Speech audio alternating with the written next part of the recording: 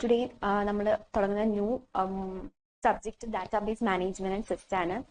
I think X5 CST 204 subject code. So database management system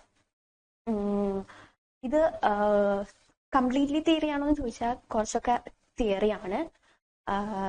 പക്ഷേ ഒരു first 3 മൊഡ്യൂളിൽ കഴിഞ്ഞാൽ നമുക്ക് കുറെ പ്രോബ്ലംസ് ഒക്കെ വരുന്നുണ്ട്. ബട്ട് സ്റ്റിൽ അതും ഒരു തിയറി തന്നെയാണ്. ലൈക്ക് അപ്ലിക്കേഷൻ ലെവലാണ് കുറച്ച് വരുന്നുണ്ട്.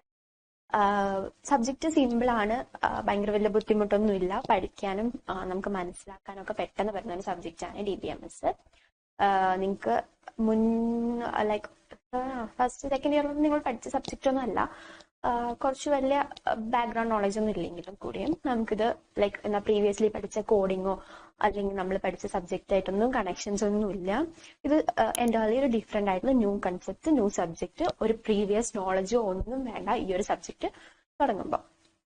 ആൻഡ് ഇതിനൊരു സ്പെഷ്യാലിറ്റി എന്ന് പറഞ്ഞാൽ ഇത് നന്നായിട്ട് നിങ്ങൾ പഠിക്കുകയാണെങ്കിൽ നെക്സ്റ്റ് സെമ്മില് S6 തോന്നുന്നു DBMS ലാബ് ഉണ്ട്.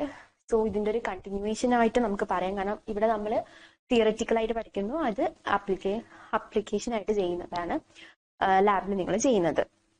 സോ ഇത് നിങ്ങൾ നന്നായിട്ട് നോക്കുകയാണെങ്കിൽ, നന്നായിട്ട് പഠിക്കുവാണെങ്കിൽ നിങ്ങൾക്ക് ഒരു കുഴപ്പമില്ലാണ്ട് മറ്റേ സബ്ജക്ട് നന്നായിട്ട് ലൈക്ക് പറയാം ലാബ് നന്നായിട്ട് ചെയ്യാൻ പറ്റും.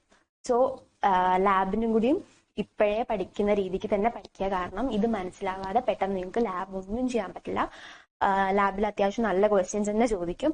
നല്ല മാർക്ക് വാങ്ങിക്കാൻ പറ്റുന്ന ഒരു സബ്ജക്റ്റ് ആണ് DBMS ലാബ് എന്ന് പറയുന്നത്. സോ ലാബിന്റെ ക്ലാസ് ഐ തിങ്ക് X6 നിങ്ങൾക്ക് വരുന്നത്. അപ്പൊ നിങ്ങൾ ആ ലാബിനും കൂടി വേണ്ടി പഠിക്കുന്ന രീതിക്ക് ഇപ്പോഴേ പഠിക്കുക. കാരണം ലാബിൽ വൈവ വരും. വൈവയ്ക്ക് ചോദിക്കുന്നത് ഈ ആദ്യത്തെ ഒരു 3-4 മൊഡ്യൂള് 5 മൊഡ്യൂളുണ്ട്.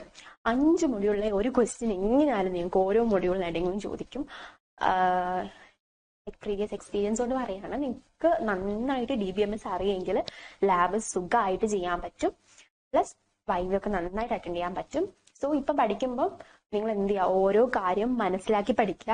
എക്സാമിന് വേണ്ടി മാത്രമല്ല പഠിക്കേണ്ടത്, അത് അറിഞ്ഞ് പഠിക്കുക. കാരണം എന്നാലേ നിങ്ങൾക്ക് അത് അപ്ലൈ ചെയ്യാൻ പറ്റും. എങ്ങനെ ഒരു പറയുന്നില്ല ഡാറ്റാബേസ് ക്രിയേറ്റ് ചെയ്യാന്നൊക്കെ അതൊക്കെ നന്നായിട്ട് പഠിക്കുക, നന്നായിട്ട് മനസ്സിലാക്കുക. ഓരോ കണ്ടന്റും മീനിങ്ങിൽ മനസ്സിലാക്കി പഠിക്കുകയാണെങ്കിൽ സബ്ജക്റ്റ് വളരെ എളുപ്പമാണ്, സിമ്പിൾ സബ്ജക്റ്റ് ആണ്.